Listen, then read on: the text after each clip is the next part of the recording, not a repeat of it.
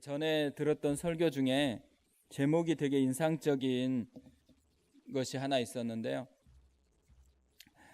바로의 박해가 출애굽을 가능케 했다, 이런 제목입니다. 보통 우리는 이스라엘의 신앙이나 모세의 기적이나 이런 것이 이제 출애굽을 가능케 했다 이렇게 생각하잖아요. 근데 실제로 출애굽을 가능케 했었던 배경 중에 하나가 뭐냐면 바로의 박해. 바로의 박해가 너무 점점 심해지니까 그곳에 머물고 싶지 않는 그 마음의 배경이 있는 거죠. 그리고 이런 바로의 박해가 강하면 강할수록 사람들 속에서 진짜로 이제 그것이 아닌 진짜 하나님을 향한 도움을 찾게 되어 있잖아요.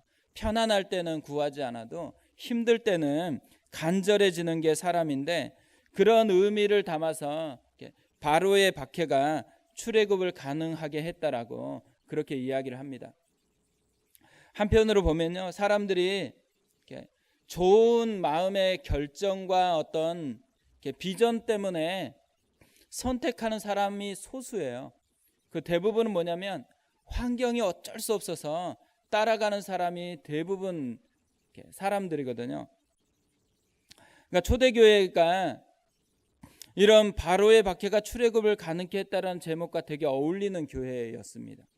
예수님이 성령이 임하시면 권능을 받고 예루살렘과 온 유대와 사마리아와 땅끝까지 이르러 내 증인이 될 것이다, 이렇게 말씀을 했습니다. 근데 진짜로 성령이 임했어요. 그래서 진짜 이들이 권능이 뭔지, 성령이 주시는 능력이 뭔지는 맛보았습니다. 그리고 이전에 전혀 경험하지 못했던 그 변화를 온몸으로 경험을 했거든요. 그러니까 베드로나 사도들이 함께 일어나서 설교할 때, 그 설교할 때 그들이 느꼈던 감정이 성령이 임하기 전하고 임한 후는 너무너무 달랐던 거죠. 그러니까 일어나서 베드로가 설교할 때도 훨씬 더 담대함이 있어요. 담대함이 있을 뿐만 아니라 사람들은 보통 그냥 평이한 어부로 알았는데 너무 탁월한 메시지가 나오는 거예요. 그러니까 이제 그거에 놀래가지고도 사람들이 또 바라보는 시선이 달라졌습니다. 권능이 뭔지, 자기 속에서 역사하는 권능이 뭔지를 그들이 다 느끼고 있었거든요. 그리고 자기 밖에서 역사하는 권능이 뭔지도 알았어요. 왜냐하면 실제로 이 복음의 말씀을 통해서 변화되는 기적이 있고 표적이 있고 이런 일들이 일어나니까, 그리고 공동체적으로도 하나님의 성령의 능력이 뭔지 알았습니다. 공동체적으로도 이때까지는 진짜 아무런 관계가 없었던 사람들이거든요. 서로가 다 모르던 사람들이에요. 근데 성령께서 임하니까 이 사람들이 사랑하는 사람이 됐어요. 심지어는 자기 재산을 다 팔아가지고 내놓으면서 서로 사랑하는 특별한 관계가 됐거든요. 그러니까 어떻게 보면 성령이 임하였을 때 일어나는 이 하나하나 현상을 보면 성령이 아니고서는 교회가 형성될 수 없다라는 것을 증명을 해주죠. 그러니까 성령이 역사해야지만 인격이 변해요. 또 성령이 역사해야지만 환경도 변해요. 성령이 역사해야지만 교회라는 공동체는 건강하게 사랑으로 하나가 되어지게 되어 있죠. 성령이 아니고서 만약에 이것을 노력으로 한다고 생각해 보세요. 마음을 변화시키기 위해서 얼마나 노력을 많이 해요. 집에서 이렇게 부부간의 갈등이 일어나는 주 핵심이 뭐예요? 마음을 변화시키고서 너무 애쓰다 보니까 마음은 안 변하고 상처만 생기는 그런 부분이 있잖아요. 그러면서 뭐래요?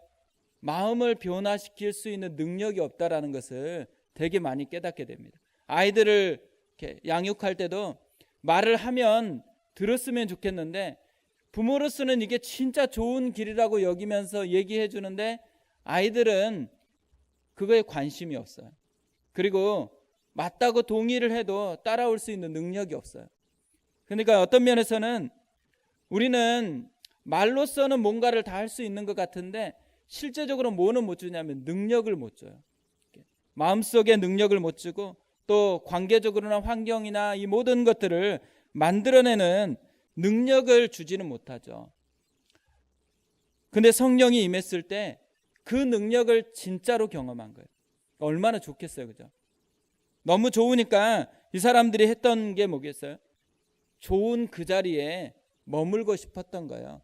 그리고 이미 예루살렘 속에서도 그 일들이 왕성하게 일어나니까 그 일을 처리하는데도 되게 바빴어요. 그리고 생각보다 예루살렘이 크지 않습니다. 생각보다 예루살렘은 그냥 하루 이렇게 돌아도 거의 볼 수 있는 거리거든요. 그러니까 넓은 거리도 아닌 이곳에서 이런 왕성한 역사가 일어나니까 이들 속에서 이 속에 밖으로 나가고 싶은 마음이 없었던 거죠. 그런데 이제 스데반의 일로 박해가 일어나요. 그래서 어쩔 수 없이 복음이 온 유대와 사마리아 땅으로 흘러가게 됐습니다. 그리고 그 흘러가면서 사마리아 땅에 누가 갔냐면 빌립이라는 사람이 갔어요.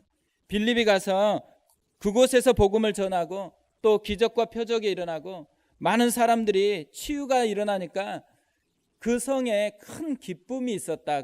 그렇게 얘기하는 것으로 8장 8절이 끝마쳐요. 그리고 오늘 9절이 시작이 됐거든요. 이 9절에서 빌립이 사마리아 땅에 들어가기 전에 사마리아 땅을 영적으로 장악했던 한 사람이 나옵니다. 시몬이라는 사람입니다. 이 시몬을 9절에서 11절에 잘 소개하고 있습니다. 9절에서 11절 보면 이 성에 시몬이라 하는 사람이 전부터 있어 마술을 행하여 사마리아 백성을 놀라게 하며 자칭 큰 자라 하니 낮은 사람부터 높은 사람까지 다 따르며 이르되 이 사람은 크다 일컫는 하나님의 능력이라 하더라. 오랫동안 그 마술에 놀랐으므로 그들이 따르더니 적어도 세 가지를 소개하는데요. 첫 번째가 뭐냐면 그는 강력한 마술로 사마리아 사람들의 마음을 다 빼앗은 사람이다 이렇게 얘기합니다. 오늘 본문에 보면 마술을 행하여 이렇게 얘기하는데 마술의 종류가 뭔지는 소개하지 않아요. 마술의 종류에 초점이 있는 게 아니고 마술의 영향력. 이 시몬이 어떤 마술이었는지 모르지만 그의 마술이 굉장히 영향력이 있었다라는 거예요. 그래서 사람들을 놀라게 했고 또 사람들이 따르기 시작했습니다. 따르는데 낮은 사람부터 높은 사람까지 다 따랐다 그래요. 그러니까 보통 우리가 뭐 점집을 가거나 뭐 마술에 관심이 있거나 이러면 주로 이제 낮은 사람이 그걸 할 것 같잖아요. 근데 낮은 사람부터 높은 사람까지 다 따라다녔다 그러죠. 요즘에도 마찬가지입니다. 요즘에도 점집이 어디가 제일 많아요? 대학가가 점집이 되게 많아요. 백화점에 점집이 있어요. 전엔 백화점, 현대백화점에 좋게 천막 같은 거 쭉 놓고 앞에서 점을 치게 했었어요. 그러니까 점이 문화적이 되어가고 약간 유행처럼 되어가죠. 근데 점 치는 사람은 그 들어가는 사람들 궁합 보거나 뭐 하거나 뭐 이런 사람들은 물어보면 자기는 그냥 본다, 재미로 삼아 본다 그러거든요. 근데 재미 삼아 봤는데 만약에 그 점쟁이가 당신 오늘 죽을 것 같다 그러면 어떻게 돼요? 절대 재미 삼아 보는 사람은 없어요. 왜 보겠어요? 약하기 때문에. 그러니까 이런 점이나 이런 것들을 보면서 낮은 사람부터 높은 사람까지 다 따랐다 이 말은 인간이 가지고 있는 뚜렷한 특징이 뭐냐면 연약함의 특징이 있다라는 거죠. 무엇인가 의지하지 않으면 안 되는 연약함이 있는데 그 연약함은 뭐에 빠르게 반응하냐면 보이는 것에 빠르게 반응해요. 마술이라는 것은 보이는 행위잖아요. 그러니까 보이는 이 마술을 행하니까 이 모든 사람이 낮은 사람부터 높은 사람까지 다 따랐다라고 이야기를 하는 거죠. 그 두 번째 이 사람의 특징이 뭐냐면 인정받고 싶은 욕구가 굉장히 강한 사람입니다. 그래서 자기 자신이 스스로 큰 자라고 그렇게 칭했어요. 그리고 또 스스로 큰 자라고 안 칭해도 될 뻔했어요. 왜냐하면 사람들이 이 사람의 마술을 보고서 크다 일컫는 하나님의 능력이다. 이 사람이 대단한 사람이다라고 이미 인정하고 있는데도 불구하고 자기가 스스로 큰 자라고 얘기한다라는 것은 인정받고 싶은 욕구가 얼마나 강한지를 보여주고 있는 거죠. 그리고 세 번째로 이 사람은 오랫동안 영향을 끼치는 사람이었어요. 그러니까 한 사람이 마술이나 이런 걸로 짧게 영향력을 끼칠 수는 있잖아요. 그런데 오랫동안 영향력을 끼쳤다라는 것은 이 사람 가운데는 어떤 특별함이 있다라는 거예요. 그 사람들을 장악하는 어떤 특별한 영적인 능력이 있었죠. 근데 그의 세상이잖아요. 사마리아 땅은. 그의 세상에 지금 빌립이 끼어들어왔습니다. 그리고 자기에게 다 길들여진 사람이잖아요. 자기 영향력 아래에 있는 사람들인데 이 사람들이 다 마음이 빌립이 전하는 복음에 빼앗겨 버렸어요. 그래가지고 이제 다 자기에게서 관심이 빌립에게로 이렇게 바뀌었습니다. 12절에 보면 빌립이 하나님 나라와 민 예수 그리스도의 이름에 관하여 전도함을 그들이 믿고 남녀가 다 세례를 받으니, 오랫동안 이 시몬의 마술에 사로잡혔던 사람들이 복음을 받아들이고 나서 이제 그것에서 해방돼서 새로운 삶이 됐어요. 새로운 사람이 됐거든요. 그러니까 우리가 옆에 음식점 하고 있는데 이 음식점 다른 종류가 들어서도 힘들어 하잖아요. 그러니까 저희가 아직 교회를 간 것도 아닌데 갈 거라고 여겨가지고 그쪽으로 안 왔으면 좋겠다라고 얘기하잖아요. 아마 이제 진짜로 이렇게 찾는다 그러면 진짜 이제 세게 반대할 거라고 생각해요. 그러니까 저도 처음에 할 때 목사님과 대화할 때 장소를 결정하자 그래가지고 장소를 어디로 결정할까 하다가 이제 신도시로 그냥 가야 되겠다 이 생각을 했어요. 근데 신도시는 거리가 다 멀거든요. 그래서 신도시로 간다라고 생각하면 신도시로 결정을 했으면 제가 여기서 인큐베이팅을 안 했을 거예요. 그냥 바로 나가서 인큐베이팅을 바로 시작하는 게 신도시는 더 나을 거라고 생각했거든요.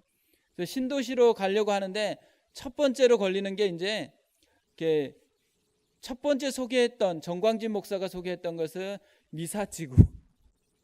미사지구에 한번 가서 개척을 하면 좋겠다고. 거기가 이제 신도시 막 이렇게 시작되니까. 근데 저도 이제 그쪽으로 가볼까 이렇게 하다가 그쪽 안 간 이유는 뭐냐면 저희 제자반 자매 중에 남편이 거기에 개척을 했어요. 거기도 아니지만 조금 떨어져 있는 남양주 쪽에 개척을 했거든요. 그래서 제가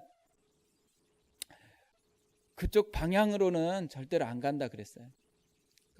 안 그래도 힘든데 그쪽으로 가면 안 되겠다 싶어서 이쪽 큰 덩어리 이쪽 포기하고 또 김포 쪽에서는 김포에서 제가 김포로 간다고 소문이 났더라고요. 그래서 김포에서 전화가 왔어요. 이제 김포 쪽으로 이렇게 오냐고. 그래서 그건 아닌 것 같다고 얘기를 했는데도 하여간 저희 또 사역반에 했었던 자매님이 전화 와서 자기가 인천 쪽인데 인천에 이제 교회를 등록하려고 했는데 제가 김포에서 개척한다라는 얘기를 듣고서는 등록을 잠깐 보류하고 제가 김포 쪽으로 오면 김포로 따라가겠다고 그렇게 이제 연락이 왔어요. 그래서 제가 김포 쪽에는 마음이 없다고 얘기를 했습니다. 근데 이제 신도시를 이렇게 쭉 보다가요. 네이버에서 신도시 있는 지역마다 이제 교회 이렇게 치면 교회가 쭉 나오거든요. 그래서 교회 분포들을 쭉 봤어요. 개척교회가요. 얼마나 많은지 한 블럭에 그렇게 큰 블럭도 아닌데 딱 조그만 블럭 했는데 130개 교회가 나오더라고요. 그러니까 한 몇 년을 버틸까 이런 생각이 들어요. 일산이 그 신도시로 처음 됐을 때 1년에 2천 몇 개 교회가 문을 닫았거든요. 그러니까 2천 몇백 명이 신용 불량자가 된 거예요. 2천 몇백 개의 교회가 문 닫았다 이 말은 뭐냐면 2천 몇백 명의 목사님들이 신용 불량자가 된 거거든요. 근데 그게 매년마다 더 증가됐지 이렇게 줄어든 게 아니에요. 몇 년 동안에는 계속 그런 일이 일어났거든요. 그러니까 신도시를 이렇게 보다가 신도시로 가는 것을 그냥 내려놓았어요.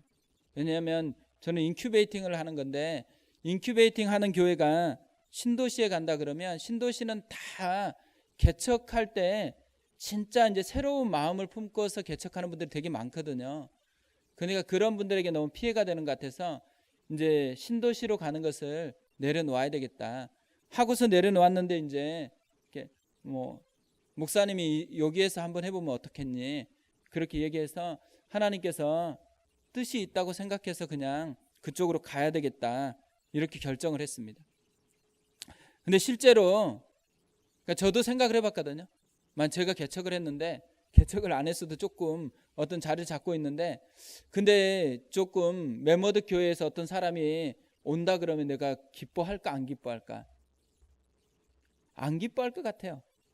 그러니까 마음이 조금 힘들었을 것 같아요. 성도들이 우리 쪽으로 안 온다고 해도 누군가 온다라는 것은 부담스러운 건데, 그런 마음이 있는 거잖아. 근데 지금 이제 저희는 그런 형편에 처해 있어요, 사실. 갈 때 이제 될 수 있으면 진짜 안 부딪힐 수 있는 곳으로 갔으면 좋겠다 이런 마음은 있는데, 건물에 그런 데가 있을지 없을지 그거는 모르는 일이기 때문에 하나님께 맡기고 갈 수밖에 없습니다. 그러니까 사실 자기가 닦아놓은 터전이 있잖아요.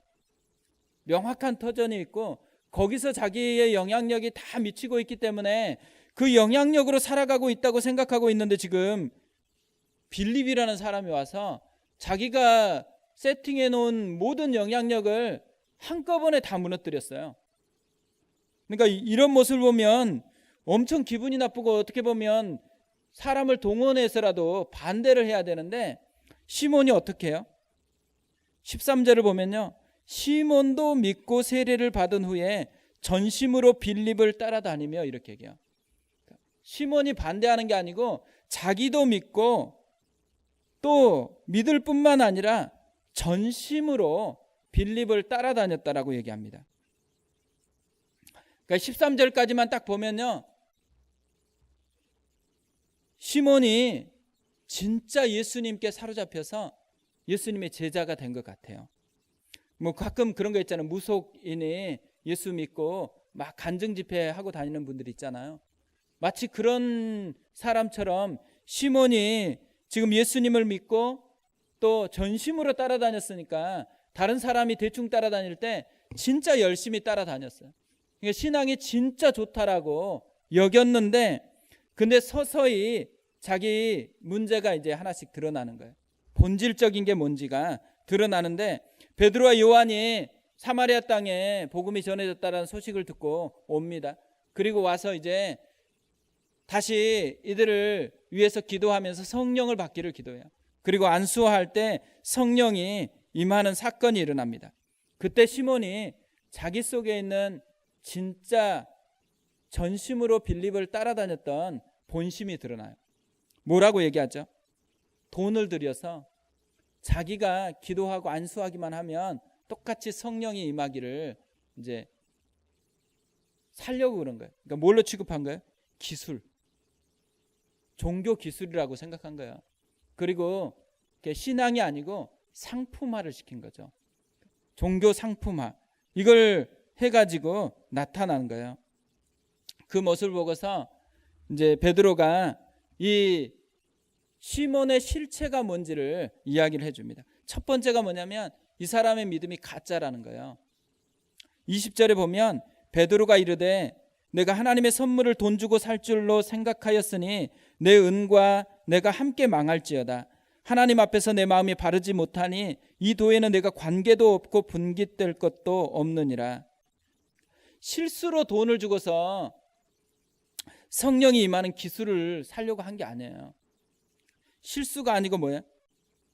내면의 본심인 거예요, 본심. 그러니까 내 마음이 바르지 못하니 이 도에는 내가 관계도 없고 분깃될 것도 없다. 진짜 신앙이 아니고 가짜 신앙이라는 거죠.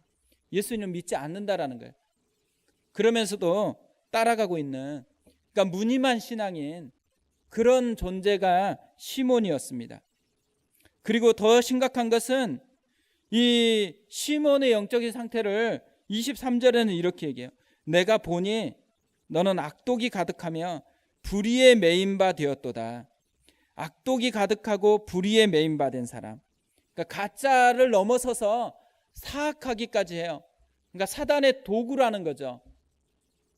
은밀하게 침투해가지고 교회를 변질시키고 그렇게 하려고 심겨진 이 사단의 도구라고 그렇게 표현하는 거예요.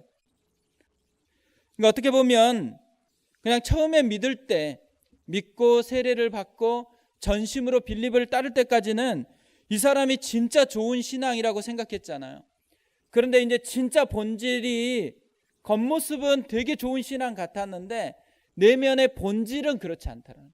본질은 가짜고, 본질은 사악한 마음이 그대로 남아있고, 그래서 오히려 하나님의 종이 아니고 사단의 종이 되어버린 사람, 이 사람이 시몬이었다라는 거죠. 그러니까 오늘 본문을 통해서 보여지는 것은 뭐냐면요, 가짜 신앙하고 진짜 신앙이 충돌되는 현상이 일어나는 거예요. 그러니까 사마리아 사람들은 유명하지도 않아요. 그런데 이 사람들은 예수의 복음을 믿고 진짜 신앙이 됐어요. 근데 시몬은 그 지역에서는 영적인 리더였잖아요. 그런데 이 사람도 변화됐는 줄 알았는데 나중에 보니까 실제로는 가짜예요. 변화가 된 게 없었다라는 거죠. 오늘 본문이 사실 논쟁이 많은 본문이에요. 그러니까 성령을, 예수를 믿으면 성령 세례를 받은 거 아닌가, 이거에 대한 논쟁이 되게 많은데 오늘은 그 논쟁은 다음 주에 설명할까 생각 중이에요. 근데 오늘 본문을 보면서 두 가지 기도 제목, 우리가 좀 기도했으면 좋을 두 가지 기도 제목을 좀 발견을 했으면 좋겠다 생각하는데요. 첫 번째가 뭐냐면 우리가 가짜가 아니고 진짜 신앙이 되게 해달라는 기도를 했으면 좋겠다 생각해요. 어제 이제 저희 개인적으로 장례가 났거든요. 그러니까 가족 장례가 나서 이제 저녁에 갔다가 돌아오는데 10시 거의 11시 가까이 이제 돼서 돌아오다가 집 앞에 있는 신호등 있는 데서 딱 거의 비슷한 데서 멈췄어요. 근데 현수막들이 옆에 쭉 광고 현수막이 달려 있잖아요. 광고 현수막을 보는데 되게 눈에 확 들어오는 현수막이 있는 거예요. 모두 다 은혜입니다. 크게 모두 다 은혜입니다. 이렇게 쓰여 있어요. 그래가지고 뭘 지금 광고하려는 건가? 전도 축제 하는 건가? 뭐 교회가 개척됐는가? 그래서 이제 저는 운전해 가야 되니까 아내한테 무슨 광고인지 좀 봐달라고 하고 이렇게 지나갔거든요. 무슨 광고일까요? 원불교 광고예요. 원불교. 그러니까 되게 신기하잖아요. 그래서 제가 오늘 새벽에 원불교에서도 은혜라는 말을 쓰나? 그러니까 불교는 자력구원이잖아요. 근데 원불교는 왜 은혜라는 말을 쓰지 해서 찾아봤어요. 원불교와 은혜 해가지고 찾아보니까 원불교에서도 은혜라는 말을 쓰더라고요. 사은 뭐 해가지고 4가지 은혜에 대해서 이렇게 쓰더라고요. 근데 원불교에서 쓰는 은혜라는 말하고 우리가 쓰는 은혜라는 말이 단어는 똑같아요. 근데 내용은 달라요. 우리는 원불교에서 쓰는 그런 은혜를 교회에서 쓰는, 또 성경이 말하는 은혜로 쓰지를 않습니다. 그러니까 겉모습은 똑같아요. 근데 속이 다른 것은요 되게 많아요. 그러니까 신앙생활 하는 거 보면 겉모습은 다 괜찮은 것 같아요. 그러니까 근데 가짜가 많아요. 그러니까 목사라는 타이틀이 얼마나 많아요. 이재록 씨 이렇게 사건 나오니까 이제 막 댓글이 많이 달렸어요. 댓글이 무슨 댓글 달렸어요? 이단이라고, 그 사람 목사 아니라고, 가짜 목사라고 이렇게 막 달렸는데 그 달린 댓글 밑에 뭐라고 댓글 달아요? 똑같다라는 게 똑같다고. 댓글 다는 순간에 더 기분 나빠요. 그냥 비슷해도 그냥 하나님만 아신다고 가야 되는데 그렇게 하는 거잖아요. 우리도 이제 뭐냐면 신앙생활 할 때 우리는 다 진짜라고 여기면서 신앙생활 하는 경우가 되게 많아요. 근데 진짜인지 아닌지를 다시 점검해 봐야 된다는 거죠. 오늘 이 시몬이 가짜였던 이유가 어디 있어요? 열심히 따르는 거, 봉사를 열심히 하는 거, 또 믿고 세례를 받았으니까 세례를 받은 거, 이런 모습을 보면 진짜 같죠. 근데 본질이 안 바뀌고요, 껍데기만 흉내내는 것은 가짜일 수 있다는 거예요. 시몬이 그렇게 껍데기로만 봤을 때는 좋은 신앙 같았어요. 그리고 사마리아 사람은 따르는데 전심으로라는 단어가 없어요. 시몬만 전심으로가 있어요. 열정이 있고 열심히 교회를 섬긴다라는 거죠. 열심히 빌립을 따라다니면서 섬겼어요. 그런데 그가 빌립을 따라다니면서 관심이 있었던 게 뭔지가 오늘 13절에 나와 있습니다.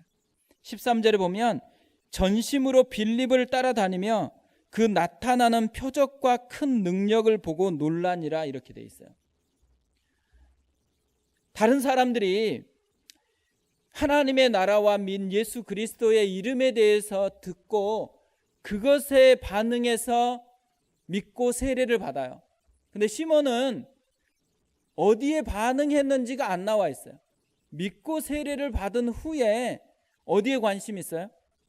그 나타나는 표적과 큰 능력을 보고 놀라면서 따라다니고 있어요. 그러니까 본질적인 것은 별로 관심이 없고 껍데기에 있는 것에 지금 시선이 빼앗겨서 따라다니고 있는 거거든요. 이 사람이 따라다니고 있는 이유가 뭐겠어요?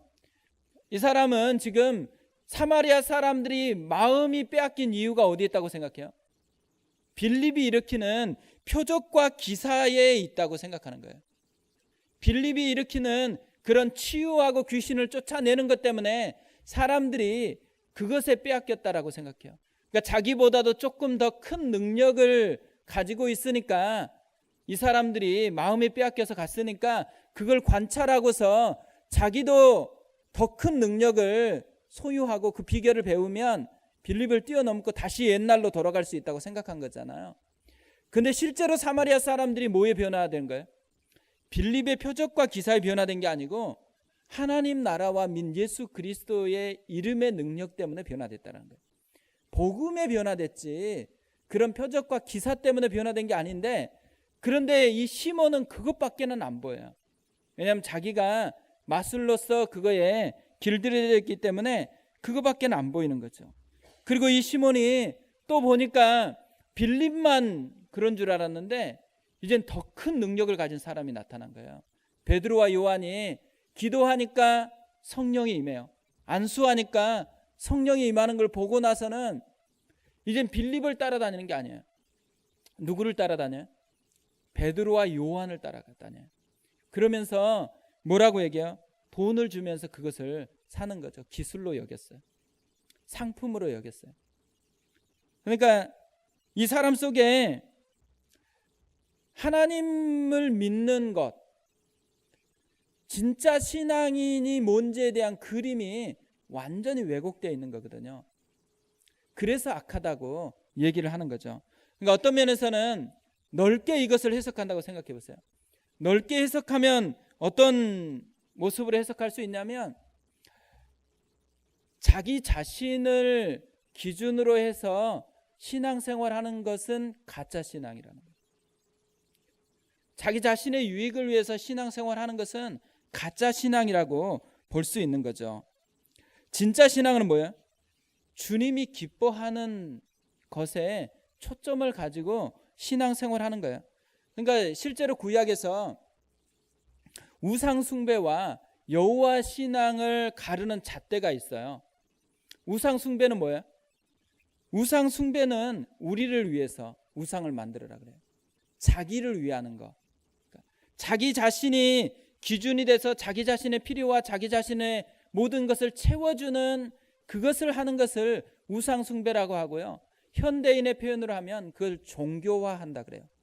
그러니까 종교 생활을 한다라는 것과 신앙 생활하는 것은 현저하게 다른 겁니다. 우리가 종교라는 것은 불교나 기독교나 또 다른 이슬람이나 똑같다고 여기는 거거든요. 종교는 어떤 종교 행위나 이런 것을 통해서 뭘 포커스로 하냐면 자기 자신을 어떻게 하면 행복하게 하고 자기 자신의 이득을 어떻게 하면 추구할까가 종교의 본질적인 밑바탕의 뿌리예요.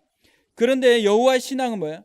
하나님이 창조자이시고 하나님이 주인이시기 때문에 그분이 기뻐하는 것에 자기의 포커스를 맞추고서 가는 것이 여호와 신앙이죠. 그러니까 중심의 기준이 안 바뀌면요, 가짜 신앙일 수 있다라는 거예요.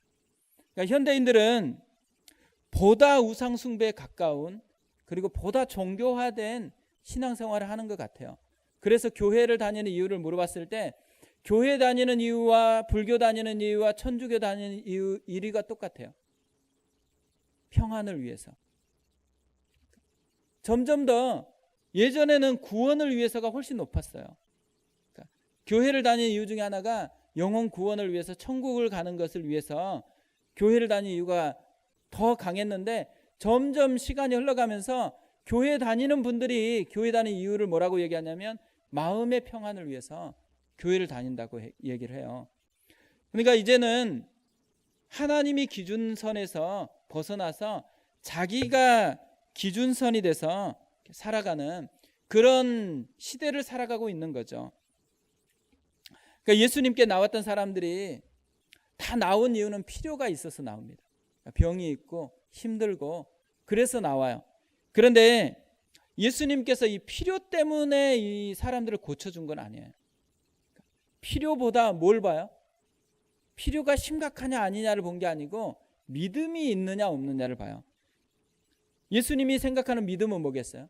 사람들이 나왔을 때 예수님이 뭘 믿음으로 여겼냐, 이게 되게 중요하잖아요. 근데 이것을 보여주는 게 소경 거지 이야기에 보면 잘 설명을 하고 있어요. 그러니까 소경 거지가 사람들이 막 지나가는 것을 듣고 나서 누가 지나가냐 이렇게 묻습니다. 그때 소경 거지에게 사람들이 뭐라고 얘기하냐면 나사렛 예수께서 지나가신다 이렇게 얘기해요. 그때 소경 거지가 나사렛 예수여 나를 불쌍히 여겨주소서 이렇게 기도하지를 않아요. 뭐라고 기도하죠? 다윗의 자손 예수여 나를 불쌍히 여기소서. 나사렛 예수라는 이름하고 다윗의 자손 예수라는 이름은 달라요. 나사렛 예수는 나사렛 촌동네에 왔는데 조금 뜨는 그런 인기 강사예요. 그리고 기적을 행하고 어떤 좀 특별한 랍비라는 의미가 있거든요. 근데 다윗의 자손 예수여는 구약에 예언해 놓았던 메시아고 하나님이시다라는 얘기예요.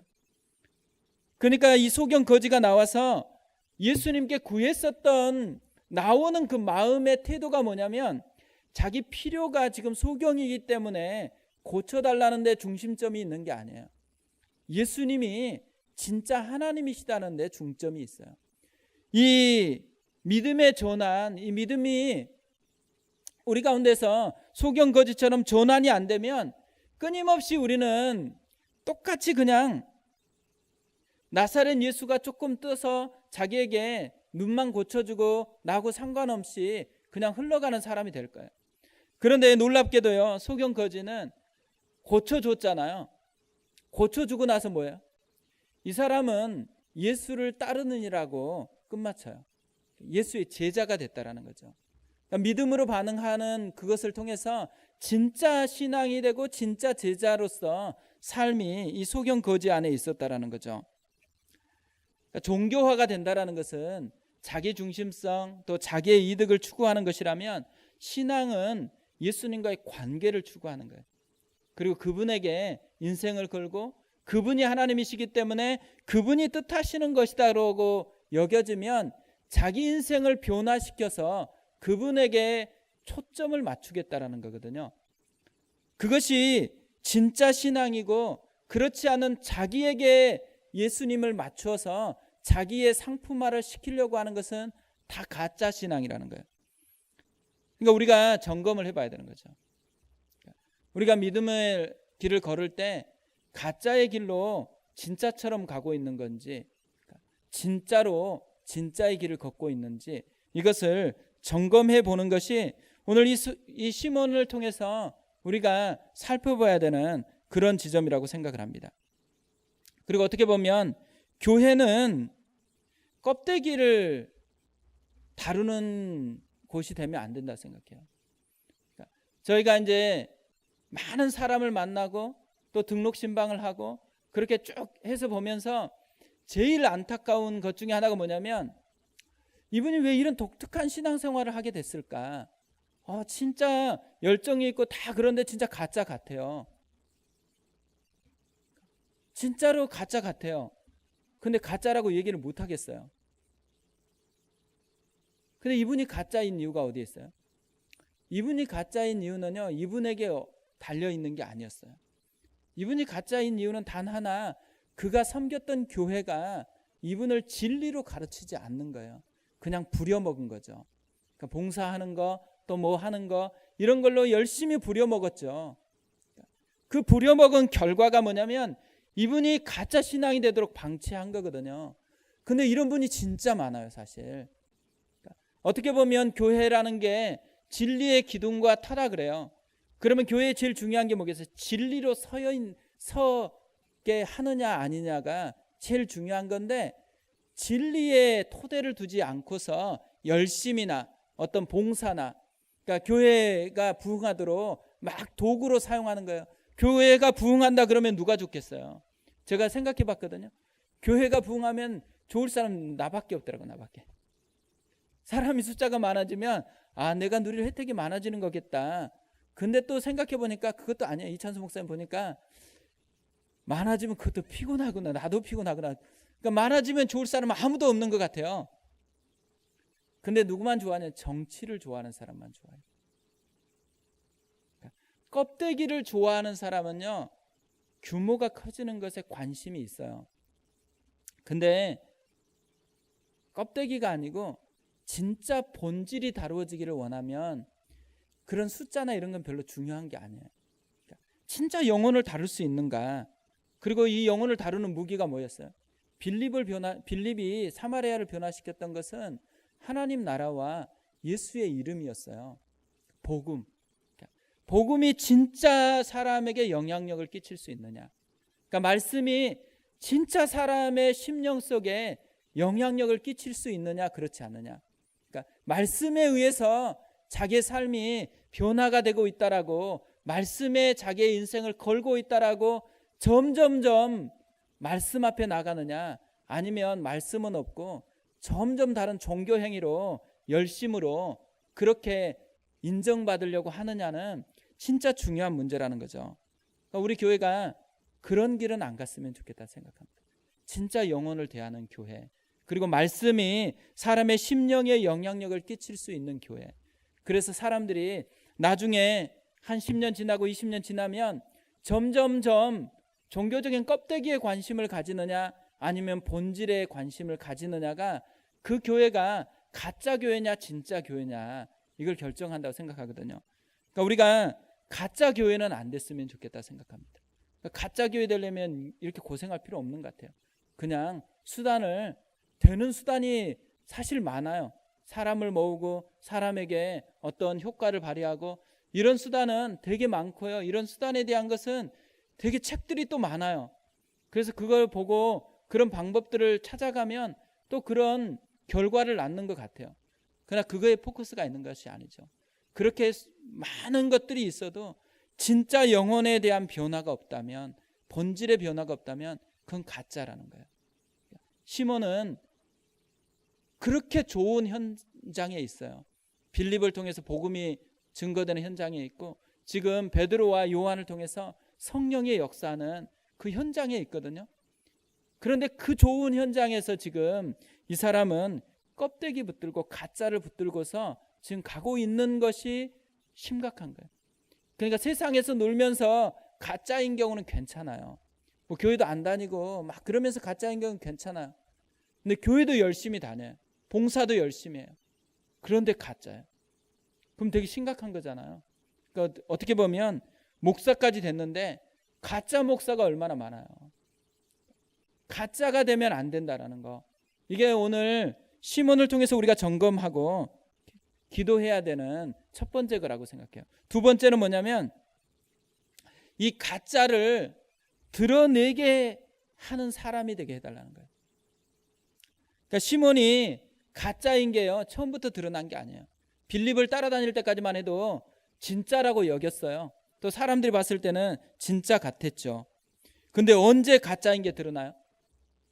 베드로하고 요한이 성령으로 세례가 임하는 그런 현장을 보면서 가짜의 모습이 서서히 드러나는 거예요. 그리고 베드로와 요한이 뭘 얘기해요? 베드로가 내 마음. 베드로는 뭘 보냐면 껍데기 헌신하고 따라다니는 게 그걸 보지 않고 마음을 보니까 마음에 악독이 가득하다 그러잖아요. 영혼을 볼 수 있는 눈이 있을 때 이 가짜가 드러난다라는 거죠. 그러니까 어떻게 보면요, 이런 거잖아요. 진짜가 선명해질 때 가짜가 드러난다는 거예요.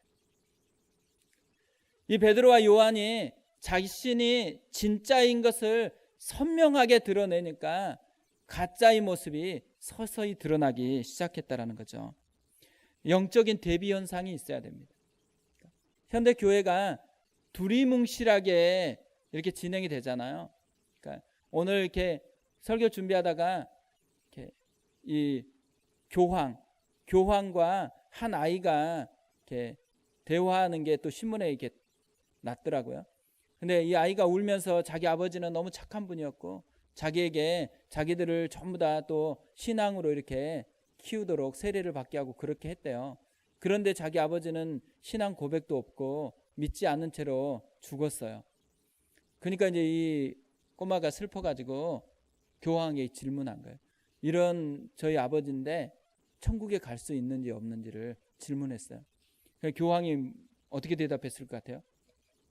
사람들에게 물어봐요. 이런 사람이 천국 갔을 거라고 생각하냐 아니냐. 그러니까 다른 사람들이 전부 다 그렇게 착한 사람이면 천국 갔을 거라고, 하나님도 그 사람을 좋게 여겼을 거라고 얘기해요. 그러니까 교황이 나도 그렇다라고 얘기해요. 그러면서 이런 위대한 사람은 하나님도 받아줬을 거라고 생각하는, 그렇게 얘기를 하죠. 현 교황이 얘기한 거거든요. 그러니까 제가 이 기사를 이렇게 보면서 생각을 해봤어요. 현 교황이 이렇게 얘기했는데 이렇게 어떤 목사가 그거 잘못했다고 얘기하면 사람들이 목사의 얘기를 들을까요? 현 교황의 얘기를 들을까요? 목사 얘기를 안 들어요. 근데 이제 이거는 이제 사람들에게 얘기한 거고요. 교회로 다시 이제 왔다고 생각해 보세요. 교회에서 이 얘기를 하고 이 교황이 잘못됐다고 얘기를 만약 이찬수 목사님 설교를 했어요. 그 모든 사람이 아멘이라고 받아들일까요? 아닐까요? 저는 댓글 쓰여질 거라고 생각해요. 그러니까 사람들이 요즘에는 신앙생활 하는 부분에 있어서 진짜냐 가짜냐, 그리고 내 신앙이 진짜 신앙이냐 가짜 신앙이냐를 진짜 복음의 근거에서 얘기를 안 해요. 그리고 또한 우리도 뭐냐면 어떤 사람을 만났을 때 그 사람에게 진짜 선명하게 안 물어봐요. 부담스러울까 봐서 선명하게 안 물어봐요. 그래서 무슨 현상이 생겨요? 비슷한 현상이 생겨요. 믿는 사람이나 안 믿는 사람이나 비슷하게 살아가요. 그리고 믿는 사람들이 자꾸 비슷해지려고 그래요. 사람을 이렇게 좀 예의를 갖추고 그렇게 무례하지 않게 한다고 하면서 비슷함을 추구해요. 그러면서 잃어버린 게 뭐예요? 진짜의 선명함을 잃어버렸어요.